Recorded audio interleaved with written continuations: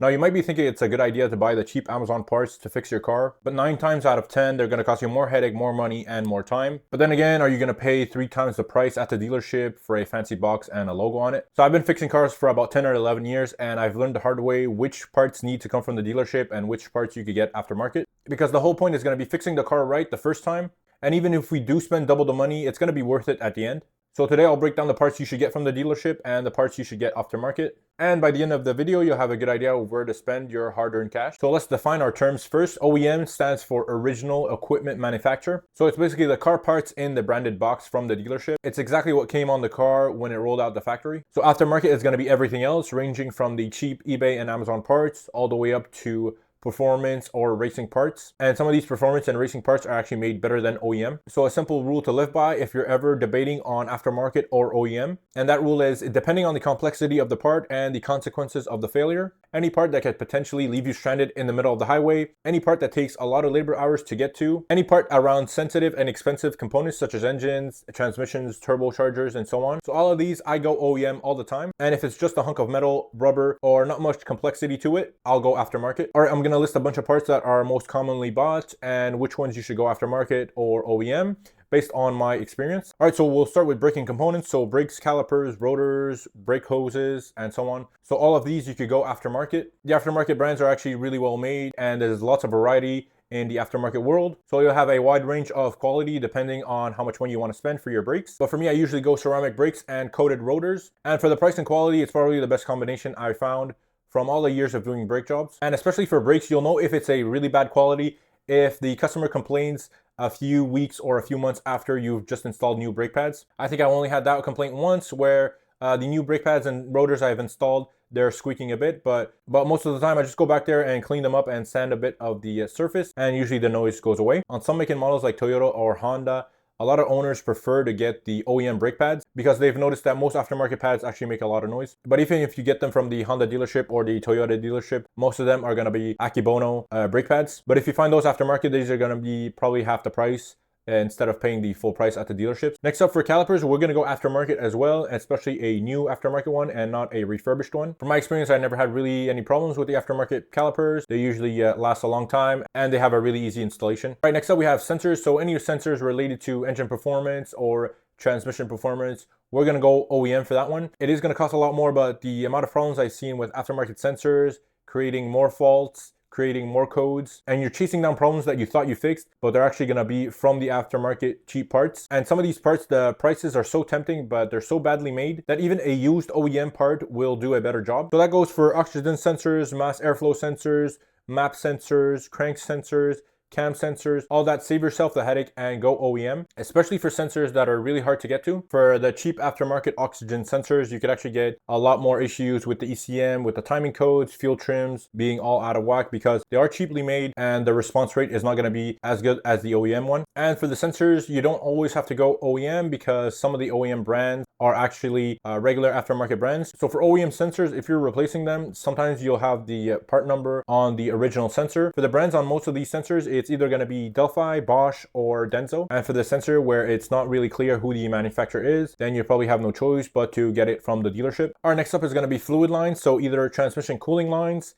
power steering fluid lines, turbo oil lines, or coolant lines. So for all of these, I go OEM because I've had a lot of bad experiences with the aftermarket ones. Number one, the fitment is always off. The brackets are not at the same spot. The bends on some of those lines are just completely off, and it makes the replacement job that much harder. And I've had 3 or 4 instances where right after the installation, the brand new aftermarket cooling line started leaking. And that's so frustrating when some of these lines takes an hour or 2 hours of labor to completely remove and install the new one. So for fluid lines, always go OEM, even if the price is a bit higher. It's going to save you a lot of headache and time in the long run. All right, next up is going to be suspension components. 99% of the time, I go for aftermarket suspension components. All right, so for suspension components, you want to avoid brands like SKP, Ultra Power, and Suspensia. These are going to be a lot cheaper, and you'll notice that when you go shopping for them. So I never recommend to put the cheapest suspension part on your car because most of these parts will not last half the time of the OEM one. All right, so for the suspension brands you should go for is going to be Mevotech, either the Mevotech Supreme or TTX. These are really well made. We have Moog, we have Delphi, there's Dorman as well, and TRW. And most of these, for the price and quality, it's probably going to be the best bet. And like I said before, you don't want to go too cheap on the suspension parts because they will fail prematurely. So I had two scenarios where I put a $20 outer tie rod on a car, and that one failed after 5,000 kilometers. And if you drive a lot, then 5,000 kilometers could be 2-3 months of driving. So imagine after 2-3 months, you're going to have to go back and replace that component. Especially for components that require an alignment, then it's better not to cheap out on the parts. And if you're not doing your own work and you bring your car and parts to the garage or dealership, most of the time they're going to refuse to take your parts because it will void their warranty, it will cut into their profits, and sometimes they can't trust the aftermarket parts that you get. A lot of customers and car owners usually get the cheapest parts and they expect the shop or dealership to install them, and it's just a liability for the shop, so most of the time they'll refuse to do that. And the same thing with me, if the customer comes in with really cheap parts, then most of the time I'll just refuse to install them because I know they're going to fail prematurely, and most of the time they're going to blame you for the issue. All right, next up we have axles. So depending on the car brand, it's either going to be 50-50. So for Toyota, Honda, Acura, Subaru, or BMW, the majority opinion is going to be to go OEM because some of these aftermarket axles, the rebuilt one or even the new one, are just really poorly made. So for the aftermarket ones, you might get excessive noise, premature failure, or excessive vibrations when driving down the highway. But for most axle failures, the simple fix is going to be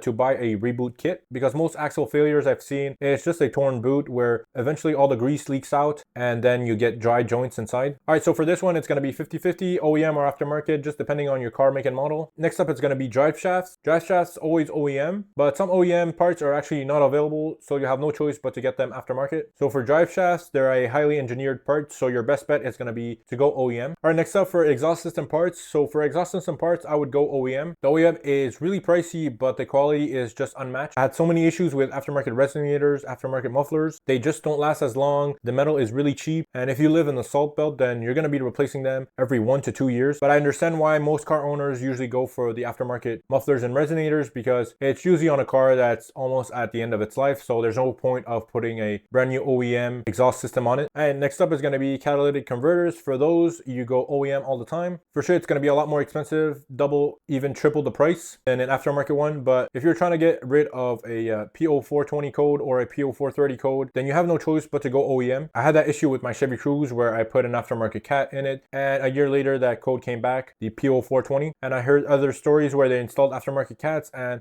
the code comes back 2-3 months later. What you'll notice with aftermarket cats is that they're a lot smaller than the OEM ones. I don't know about the build quality on the inside. They're definitely cheaping out, because how is it that the OEM catalytic converter could last 10 or 15 years, but the aftermarket ones, you can't even squeeze 2-3 years out of them? So save yourself the headache and get OEM catalytic converter, especially if you live in a province or state where it's mandatory to pass yearly inspections. So you'll never pass inspection if you have an aftermarket cat that keeps throwing the P0420 or P0430 code. All right, next up we have gaskets and seals. So most of the time you could go aftermarket gaskets or seals. I really never had issues with premature failures when it comes to any gaskets or seals. Next up we have radiators and coolant hoses. So for those, you could go aftermarket. So for me, radiators, it's kind of a gamble. So from my experience, I had pretty good luck with radiators. I heard a lot of stories from car owners and mechanics where they've had really bad luck with aftermarket radiators. So for radiators, there's lots of small components you have to transfer from the old one onto the new one. Cooling line attachments, sensors, fan assembly, and some brackets. And some of these aftermarket radiators will give you a lot of trouble when transferring all these parts. But for the price and quality, it's going to be a lot of people's best bet to just get the aftermarket one. And finally, we have thermostats. So thermostat, always go OEM. If you put a cheap aftermarket thermostat in your car, you could damage your engine. So I ran into an issue again where I put a Chinese thermostat in